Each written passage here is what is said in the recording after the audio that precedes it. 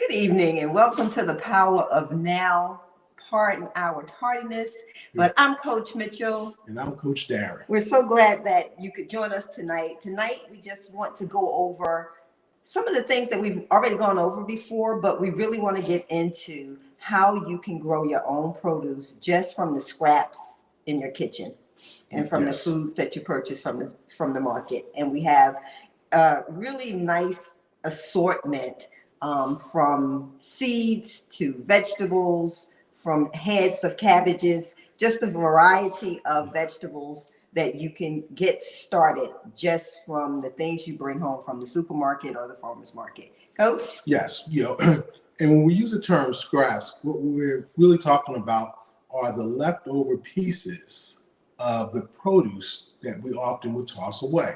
So again, as Coach Mitchell said tonight, we just want to show you a couple of things. And we want to also emphasize, which, we're only going to show you samples, but how much we've already started growing indoors as you prepare for the outdoor growing season. Things that you can do, in your home, in your apartment, your back porch. And, that's what we've been stressing since we started doing these segments, because we're really trying to encourage everyone to at least try to grow your own produce.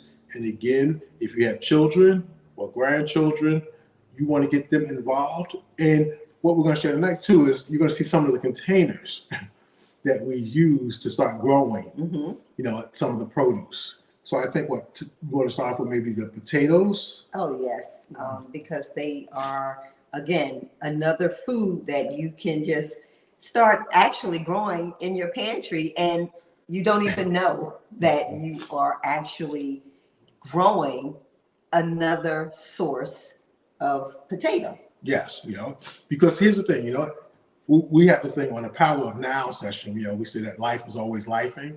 Well, here we're going to say nature's always naturing. That nature will grow even when you are not aware of it. Like, you just cannot stop it. It's going to find a way to grow something. And a good example is, you ever see a plant grow in between the cracks of concrete?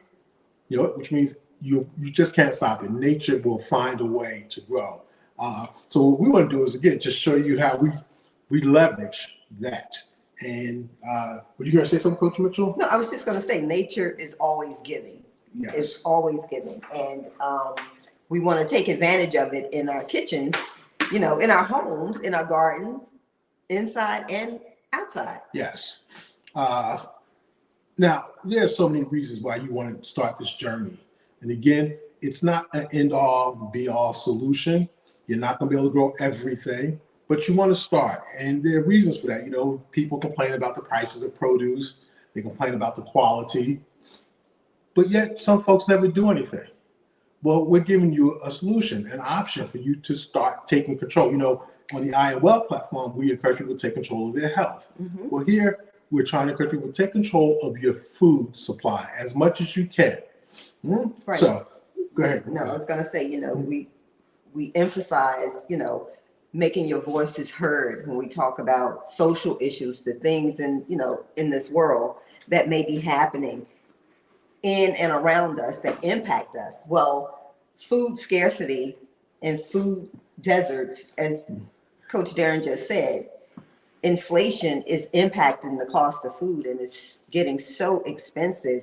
If you could do a little bit, just to, ease the burden on your budget, growing one potato, if you can hold that closer to the counter, one spud can produce a potato plant, which can produce multiple potatoes. Yes. Now, what you see here is this one in the front.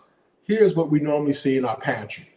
All right. When the potato's been sitting there for a while, it starts to grow these, they call them eyes, or spuds, and what we want to encourage you to do is don't throw those out. First of all, you can always cut them off and eat the rest of the potato if you want.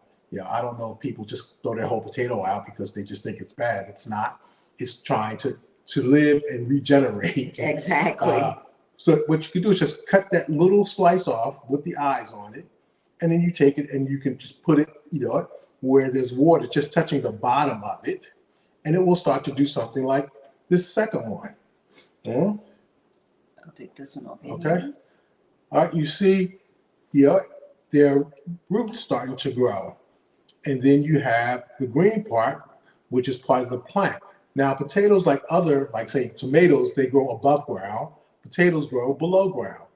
But what you'll see here is this will continue to grow underneath, and the potatoes will grow from here, but it will produce a tall plant.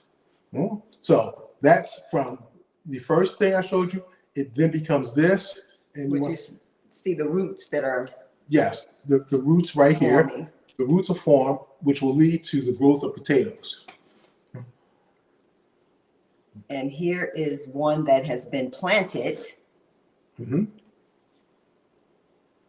This is the white potato, not the red. Yes. Yes. Yeah, So, I'll hold that one. okay.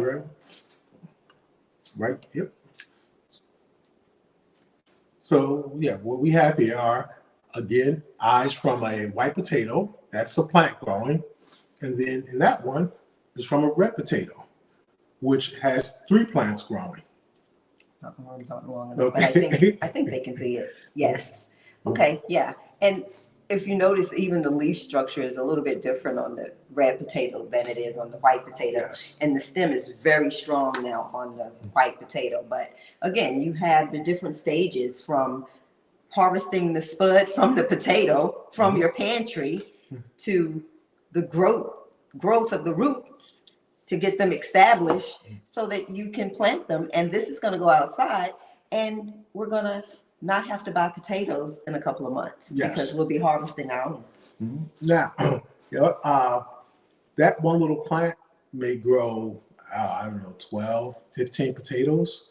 I don't even know if there's a limit. If my mother is on, she'll be able to drop in the comments because she grows and has grown potatoes from just harvesting the spuds from the potato. Yes. So I she'll be mean, able to tell us, I'm sorry. no, go ahead. She'll be able to tell us how many potatoes approximately on average that you can get from one potato plant. Because last year we did this, and I can't remember the number of potatoes we harvested, but I may have mentioned in one of the previous sessions, the mistake I made was I pulled the plant up too soon. So the potatoes weren't that large, but there were quite a few. They just weren't that big. And if you decide to grow, potatoes, there's one slight thing you want to factor in, unlike when you're growing other things in a container, is you want to have the right kind of pot or container, because like I said, your potatoes grow underneath the soil, unlike some other produce that grows above the soil. I just want to show you something, because last year, one of the problems that, we had was it used a regular, just a regular pot. So I couldn't see how well the potatoes were growing. And I learned that one of the things you could tell was if the leaves start turning brown, or if they turn brown, that's a sign that the potatoes are ready to be harvested. I have not mastered that yet. So this year, we're going to use a container that's specifically made for potatoes. Now, some people also use a laundry basket, which you can see through a laundry basket, and this way they can see the potatoes growing. But here's a potato pot, which basically comes in 2 pieces. You have the base, and then you have here where you put your soil in. Right here. All right. Bring it back. Okay. There we go. All right. You put your soil in here, and then this goes inside. Right. And there is a hole over here, which allows you to see how the potatoes are doing. Or you could just lift this up and see as well. Without disturbing your potatoes. Right. Because the whole thing would just come up. So this is just kind of a really nice tool or pot so that you can keep an eye on the potatoes. Now, some of these, like I said, they'll grow a little bit more before we put them in a pot, and I just need to check the calendar to see when they're ready to go outside in this region. Now, everybody's region is going to be different, so I need to check with the calendar to pretty much get a good idea as to when I'm going to put these outside. But I also just want to show you, we talk about using different types of containers. All right, we got potatoes growing in here. Now, what is this? This is just a plastic container from probably like tomatoes, cherry tomatoes or something. I think those are cherry tomatoes. Yeah. So you see you have a potato plant there. We're growing again another container from produce. And what's great about these is that most of these will have holes already in them. So you have your drainage holes, which you pretty much need for all your containers. All right, you have a bigger one here, same concept. But here, we kind of push the limits, all right? You see that? That is what? A toilet tissue roll, which just put soil in it, and you put your seeds. In this case, it has a potato plant in it. That's also useful. Now, because this will eventually is biodegradable, we can actually just take this whole thing when the plant comes up and just stick it in the soil and keep going. Mm-hmm. So again, I show you that because it's a way of reusing things that you already have, to get started, because we're always looking at the most economical way and the quickest way. I Yeah. mean, that way you're not wasting your produce or your harvest waiting to buy a planter or something to plant it in. Right. You have a lot of things at your fingertips right around your home that you can utilize to plant your produce and your seed. Yeah. And can I just say something, Mhm. Coach Mitchell? One of the other things too about using these plastic containers, it also has an environmental impact, meaning, plastic that's already made, if you can delay, reuse, and delay the time in which it hits the landfill, it helps. Now eventually it's going to probably hit that landfill, but one of the things that's already made, it's going to have to be disposed of at some point. So the best we could do is keep reusing it. Yeah, recycle at home. Yes. Just Mhm. keep it in the circle, keep it going until, like Coach Darren said, till it can't go any further and you Right. have to, toss it out. But reuse your containers. Yes. Now I'm going to just kind of switch, Coach Mitchell, and maybe let you talk about, you see this tall plant right in front of us? This is much taller than the last time we showed this, and this is a what? This is our avocado. And if you enjoy avocados in your smoothies, you enjoy them on an egg salad sandwich, or however you enjoy your avocados, you don't have to throw the seed away. You can actually save it, root it, and grow you a beautiful plant. Now, I'm not sure if it will reproduce avocados, but it will make a really nice house plant. So all you do with your avocado seeds is you just take them out of your avocado, of course. You can peel the skin, soak it in water and peel the skin. Or you can just take it, wrap it in a wet paper towel, stick it in a Ziploc bag, seal it, put it underneath the sink because it needs a cool, dark place to start rooting. And after about 2 weeks, Yeah. maybe about 2 to 3 weeks. 2 to 3 weeks, it'll split open, just like so. I hope you can see that. It'll split open and the root will start to form. Once your root starts to form, you just take it, skew it with a couple of toothpicks to hover over water, and just let it nestle over water, just so that the water just touches the bottom and that the root is in the water, but the water only touches the bottom of the pit, if you will, the seed. And as you can see, I think this was 1/27, January 27th, that we started this avocado seed. Yeah, in the water. In the water, Yes. in the water. All of these were, I think, January Yeah. 20. Yeah, January 27th. So here we have a really long root, and the stem of the plant is just beginning to form.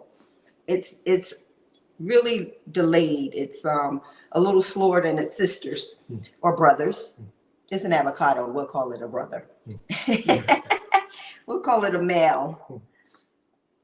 This one here, you can see how the root just grew right out of the middle of the pit. And it's what, about 18 inches in height now? About? Yeah, I'm thinking, probably 14 to 16. About 14 to 16, okay. And that one's ready to really go into the This soil. one can go into the soil, right? And here's one where, it's almost getting there. We have about 6 to 7 inches of plant there. So we'll give that a couple of more weeks before we transplant it to soil. But again, you can harvest your seeds, grow either for fruit or for visual Just have plants. Yeah. plants in the home, and they're they're really good for filtering the air in your home. So it's not for nothing. So you get the benefits of it either way. Yep. So, this plant, like I said, first of all, like I said, they were all put in the water at the same time. And this one, for whatever reason, it just took off compared to the other two. And the recommendation is normally about, you get the 6 inches, you can put it in the soil. But we wanted to keep these out because we wanted to be able to show them to you, before we put it in soil. Like I said, this sprouted sometime in January. We put it over water, like I said, January 27th. And so that's a little over a month. And we have here. Now, this is going to fill out. This is going to continue to grow. Actually, I'll come around so I can point to what I'm showing you. You actually can see where the new leaf formation is going to occur all the way down the stem, It's about 10 leaves that are forming on the stem here. Mm-hmm. So, and again, all these have been started inside. Now, once spring hits and the temperature changes and we get a lot of good sunshine, these will go outside and they will probably really take off. Now, so again, just another way of growing. This technically is not from scrap, it's really from seed, but something that we normally would throw away. We encourage people, don't throw it away. Start, putting this stuff to use and continue to grow. Now, which one do you want to do next? Let's do the cabbage. Okay. I'm just going to hold it up. Now, this is a cabbage that I'm growing, and I believe I put this in February. This was last month. But anyway, you buy your head of cabbage. I don't want to waste this. You buy your head of cabbage, and you generally cut it off the core, that centerpiece. It'll drip. I'm just going to sit here. And you generally cut that core out because it's bitter, the texture. You don't want to include that with your cabbage leaves.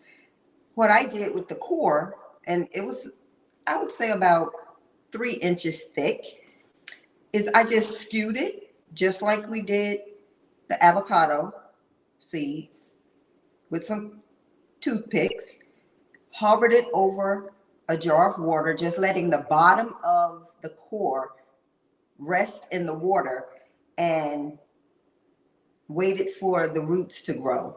And I think it was about 2.5 to 3 weeks where the roots were strong enough.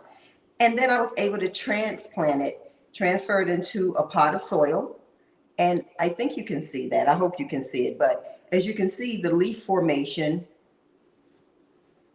is growing.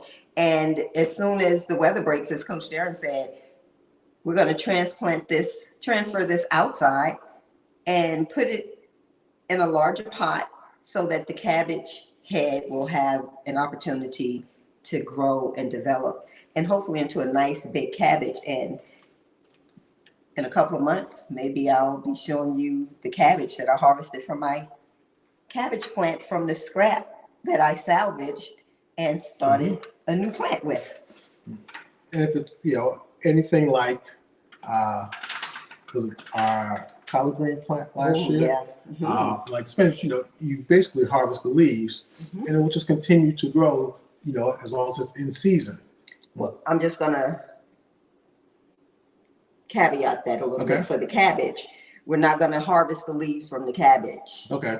We need that to help protect the head that's going to grow in the center. So we're going to leave this intact, but we will harvest all of the leaves along with the head of the cabbage once it's developed. Okay. So what we covered? So we did 2 We did potatoes. the potatoes, you we know, did the avocados. You did did the the cabbage. cabbage. Now here, all right, I showed this last, in our Beautiful. previous session, and this is lemon grass. Mhm. All right, look how long those are, and all of these were again grown from the base of the lemongrass. We had purchased lemongrass. We cut, the green off and took the stem and kind of followed the same thing. We put the stem in water to let it start growing roots. Once it got, some healthy roots, we then took it and put it in soil. Now, these, lemongrass supposedly grows out wide. And on one of these, you will see where it actually, You can leave it there. okay. It's full right there. All right. So this leaf right here, this actually grew out one of the other stems. So as lemongrass grows, it's going to keep growing out this way. Mhm. So this pot, is going to actually become too small. But just look how tall they got. And again, they were all pretty much at the level of the top of the stem when I, put them in water and then transfer them. Mm-hmm. So again, buy once, let nature give to you over and over. As I say, it's the gift that keeps on giving.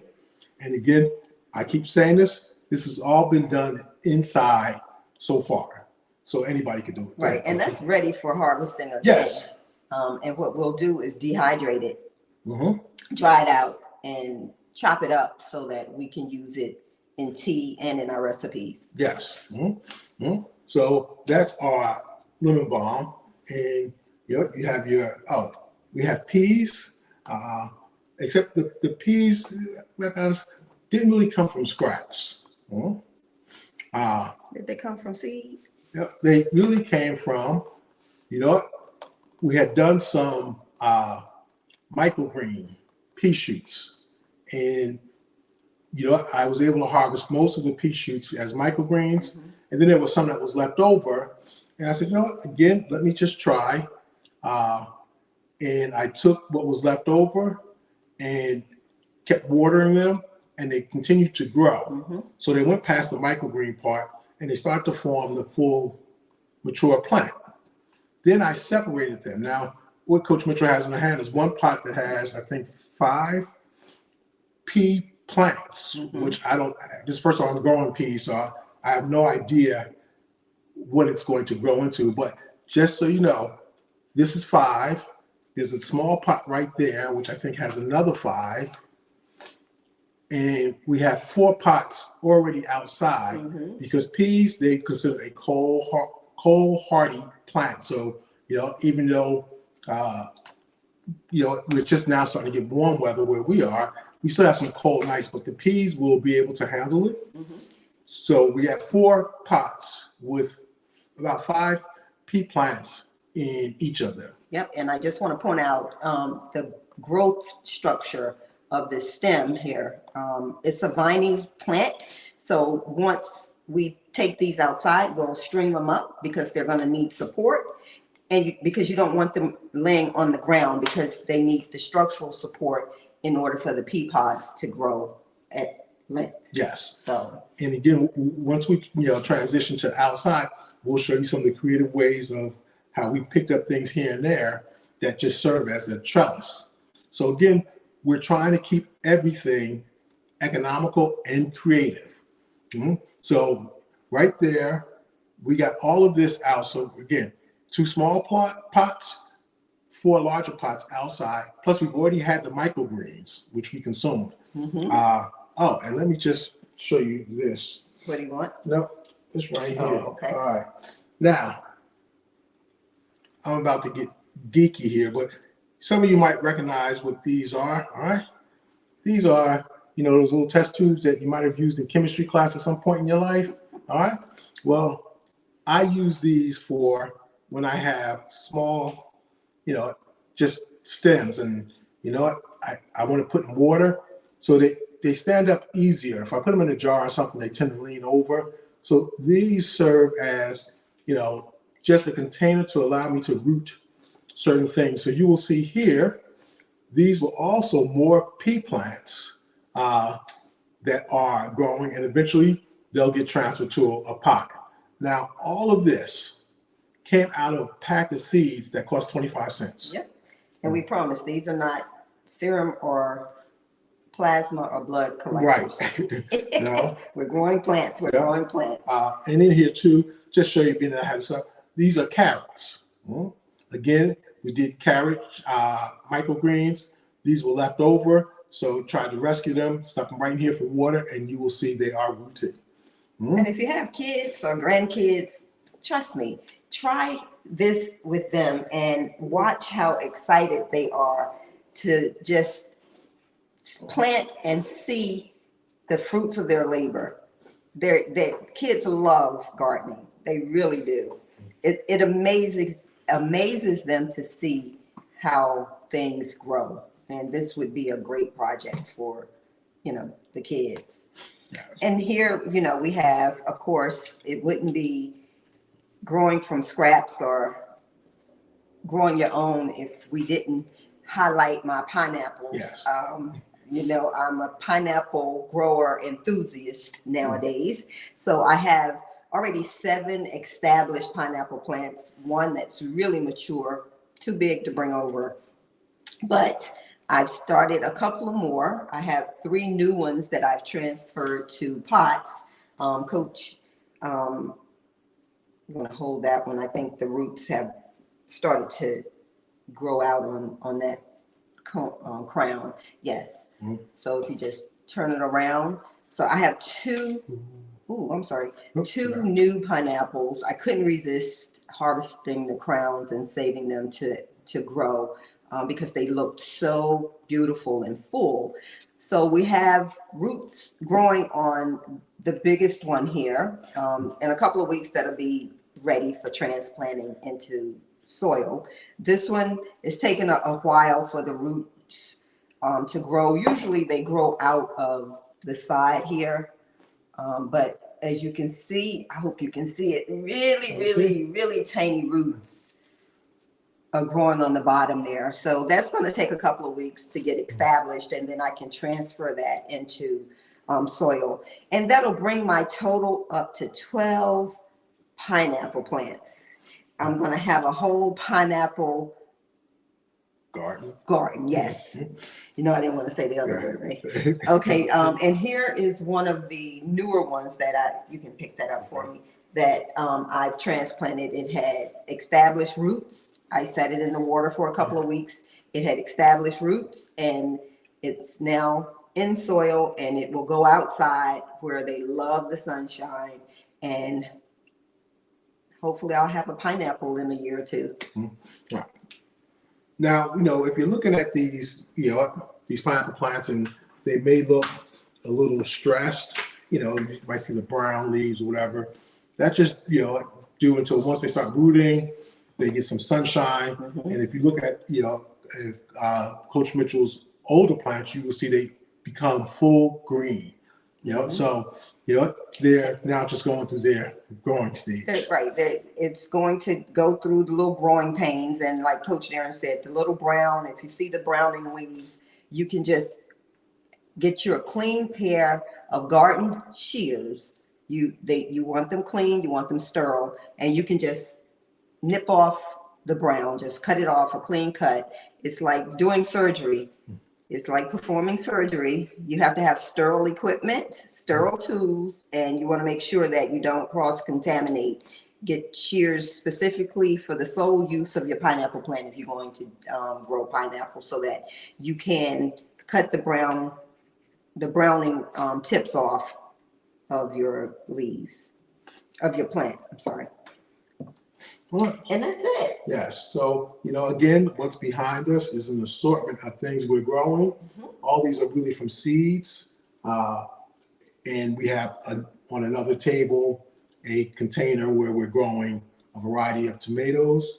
And we really want to just, again, stress, The seeds we have here are either seeds we saved from the, say with the tomatoes or the peppers, seeds that we saved and we just replanted them, or we bought seeds again at 25 cents a pack. We did go to the seed store, the farming supply store, and bought some seeds. They were just a little more expensive, but still cheaper than if you bought one piece of produce. So and you only got one serving. right. So we had a whole pack of seeds, and then the other. So it was the seeds that we bought, seeds. Oh, and planted seeds that actually got from the public library.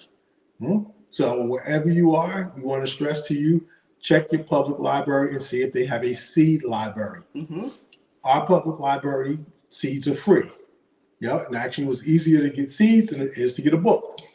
So all they ask is that you bring a seed back. Yes. So after you harvest, so you didn't even need a library card. All you do was just sign how many you took, and then again, out of just a nice gesture, they just encourage people bring back so they can keep things going. Right, and bring back something different if you can, if you're growing something different than what they have. But yeah, they catalog the seeds, they catalog the type, the variety. So when they give you the seed, you log out what you've taken so that they will know how much they have in inventory. Yes.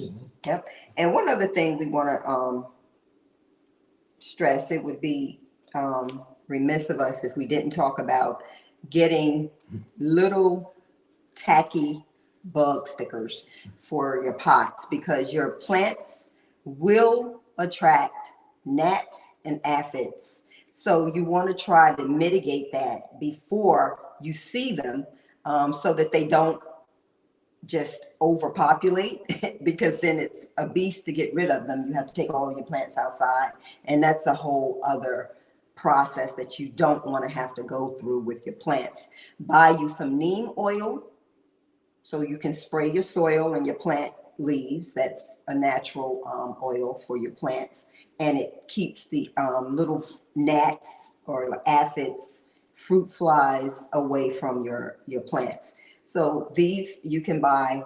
They come in different shapes, different sizes. You can buy a sheet and cut to size, but these stick right down into your soil. They're pennies on the dollar. I think we got like 200 and something for like $9. So it comes covered and it's sticky. Each side, it has two sides so that it can catch all those little pesky bugs. And you just stick it right down in your soil. I'll stick it here. And it doesn't harm your plants, and it keeps the gnats away. In case you were curious as to what was in, sticking in the pot. And that's doing a really good job in keeping the gnats at bay. And there are other ways of handling the gnats. Just so you know, if you see them, there's nothing wrong with your plants. No. It typically comes from overwatering your plants. It's the moist soil that they tend to be attracted to, and they will lay their eggs in the moist soil. So it becomes really hard to get rid of them. So even though we catch the adults on these, yellow sticky things, there will still be some eggs that will hatch in the soil. Again, no harm to the plant, to you. They're just annoying. One of the other things you want to do is, as you start to grow, especially in pots, is if you can grow what they call bottom water, is really an ideal way. So the top of your soil doesn't get wet.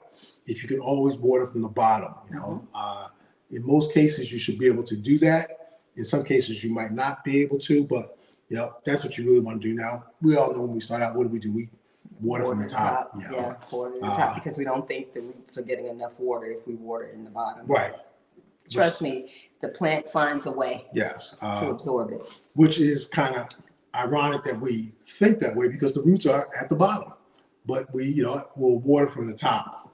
I think we do that it was just easier. All right. Well, I think that's it. We have one more little veggie here, and I know a lot of people don't like onions, but I love onions. grew up eating them like apples. But when you cut your bottom off of your onion, you don't have to throw that away either. You can just sit it in water and it will begin to grow another stalk of onion for you. And it will also root. This one I've left in the water probably a little past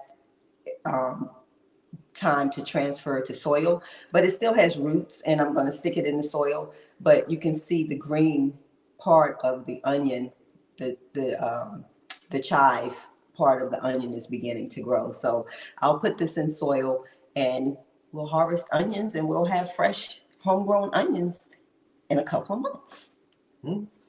So my recommendation is to start as soon as you can. To make this sustainable and worth your while, you want to start, and then you eventually get on a schedule where you can harvest enough to carry you through possibly the off season. And for us, our goal this year, we did really well last year with tomatoes and peppers, which are the things that we normally recommend because they're easiest. I think they're two of the easiest produce to grow.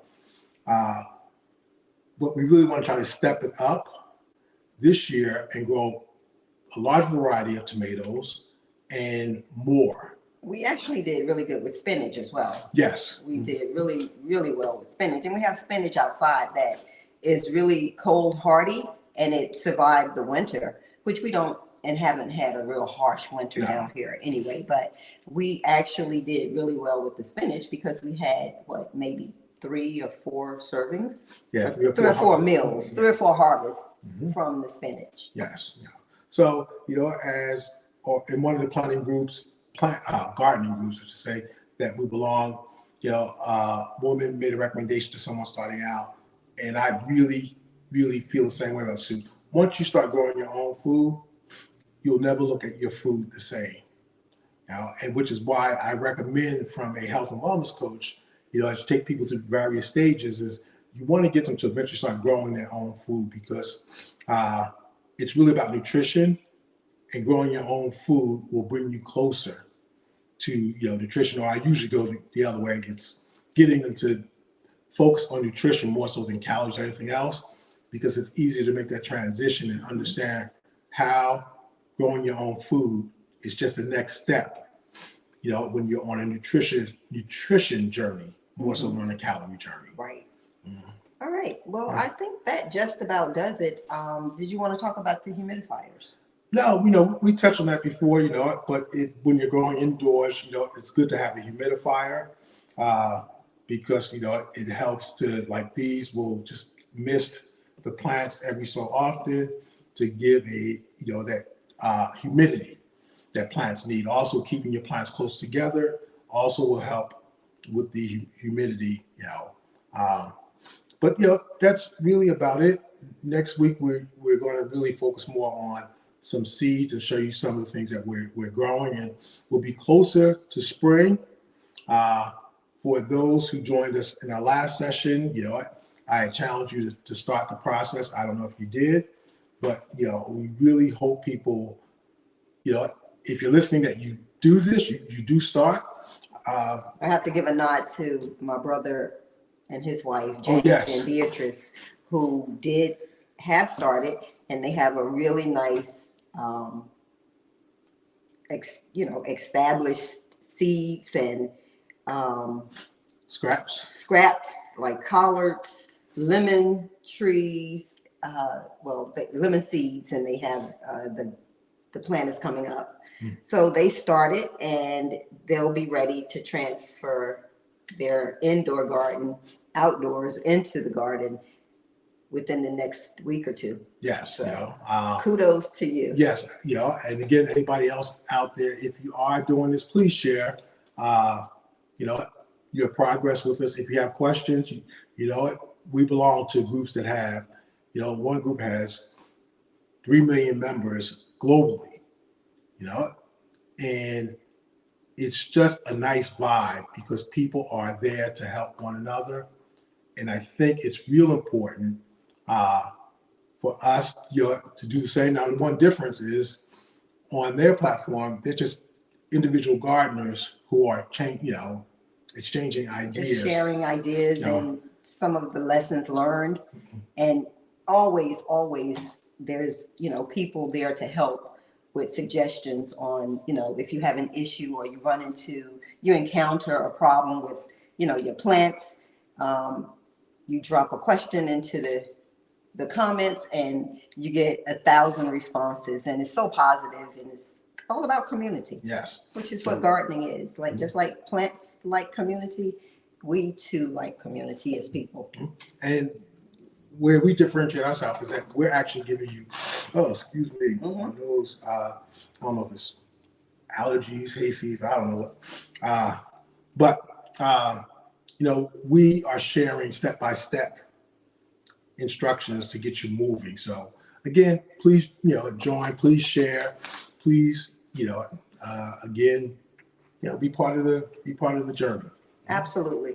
Yeah. So listen, we want to thank you guys for joining us tonight, and we hope that you take some of these tips that we hope have been useful in either kickstarting or continuing your growing journey.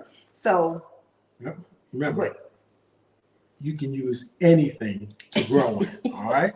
So there's no excuses. no excuses. Listen, we hope that, again, that your health and wellness journey has started. If not, let's begin it. We're here to journey with you. I'm Coach Mitchell. And I'm Coach Darren. As we always say, if you don't start now, there will be no next. Have a great evening. Good night.